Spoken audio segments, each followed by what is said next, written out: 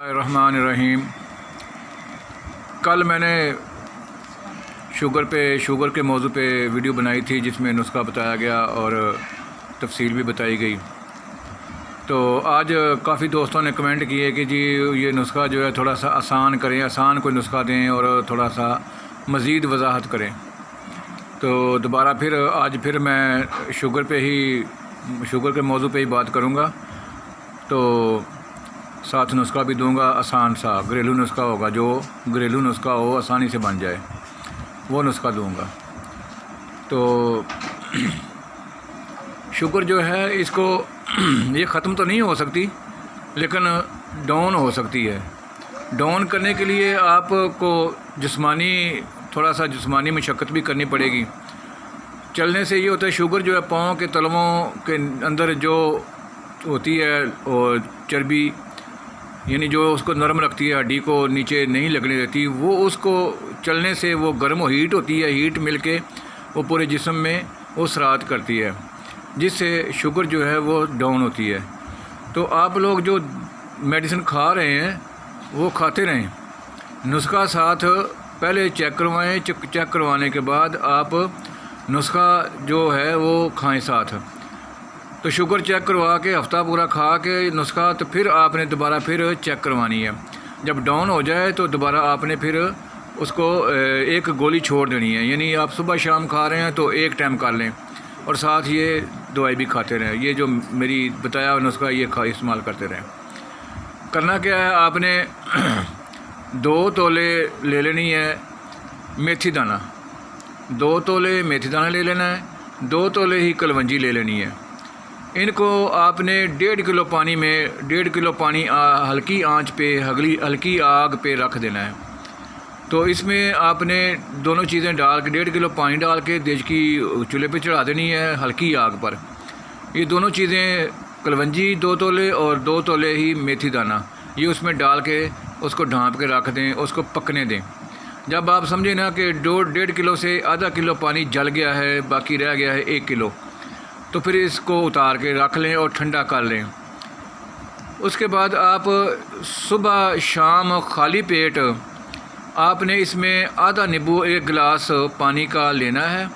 1 गिलास पानी का लेके आपने उसमें आधा नींबू जो है वो निचोड़ लेना है। निचोड़ के अच्छी तरह उसको आपने पी लेना है। उसके बाद आपने अगर नाश्ता करना है तो आधा घंटा बाद में कर लें, अगर शाम को खाना खाना है तो आधा घंटा बाद में खा लें।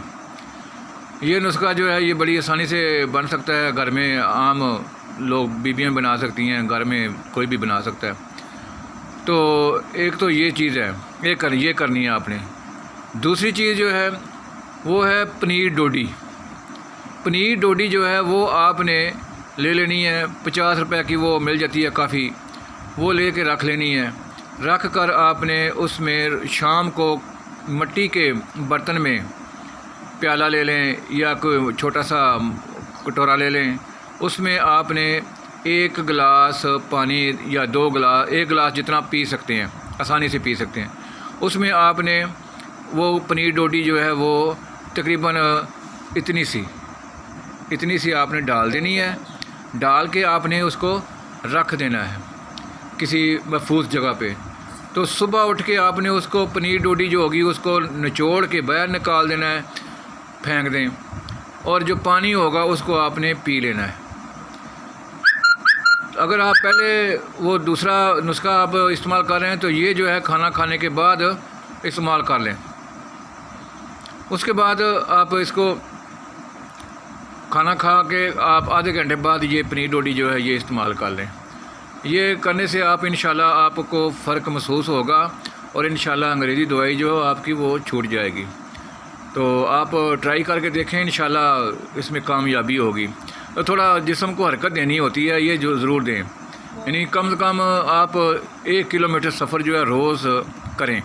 अगर नहीं करेंगे तो आपकी ये जो खून है, आपका जो वेनें हैं ये बंद होना शुरू हो जाएंगी, टांगें, बाजू, जिस्म का कोई हिस्सा भी, वो जो आपकी वेनें हैं वो मोटी होना शुरू हो जाएंगी, उसके अंदर चर्बी पैदा होना शुरू हो जाएगी, जिससे खून जो है वो पास नहीं होगा। जब खून पास नहीं होगा तो आपको दर्दें महसूस होंगी। सबसे पहले ये क्योंकि ये पाँव पे अटैक करती है, पाँव से शुरू होती है, ये फ़ायदेमंद भी पाँव से होती है और नुकसान भी पाँव को देती है। तो इससे बेहतर ये है कि आप वहाँ इस नौबत तक ना पहुँचने दें, अपने आप को हरकत देते रहें और आप चलते फिरते रहें, ताकि ज़्यादा चलते फिरते रहेंगे जिससे आपके खून जो है वो गर्म रहेगा और आपके जिस्म की वेनें जो हैं वो चलती रहेंगी, रुकेंगी नहीं, चर्बी जो है वो उसमें जमेगी नहीं। तो ये था नुस्खा जनाब, आज हल्का सा घरेलू नुस्खा है, इस्तेमाल करें इंशाल्लाह और कमेंट में बताएं कि आसान ही था, मुश्किल तो नहीं था। तो इंशाल्लाह कल जिस चीज़ की ज़रूरत हो नुस्खा वो बताएं, इंशाल्लाह कल फिर उस पर बात करेंगे। तो बाकी जनाब सब्सक्राइब आ रहे हैं, लाइक आ रहे हैं, बहुत बहुत शुक्रिया उन लोगों का जिन्होंने जो कर रहे हैं। अल्लाह पाक उनको तंदुरुस्ती दे, उनके लवाहिकीन को तंदुरुस्ती दे। तो अल्लाह पाक तमाम बीमारियों से आप लोगों को महफूज रखे। तो ये सब्सक्राइब और लाइक करने से ये हौसला होता है बंदे को, थोड़ा सा बंदा कहता है कि ये मेरे अच्छे दोस्त हैं, दोस्त और मेरे से राब्ते में हैं, पता चलता है कि कोई बंदा उसको अटेंड कर रहा है। ठीक है जनाब, अल्लाह हाफिज़, मिलते हैं नेक्स्ट वीडियो के साथ। अस्सलाम वालेकुम।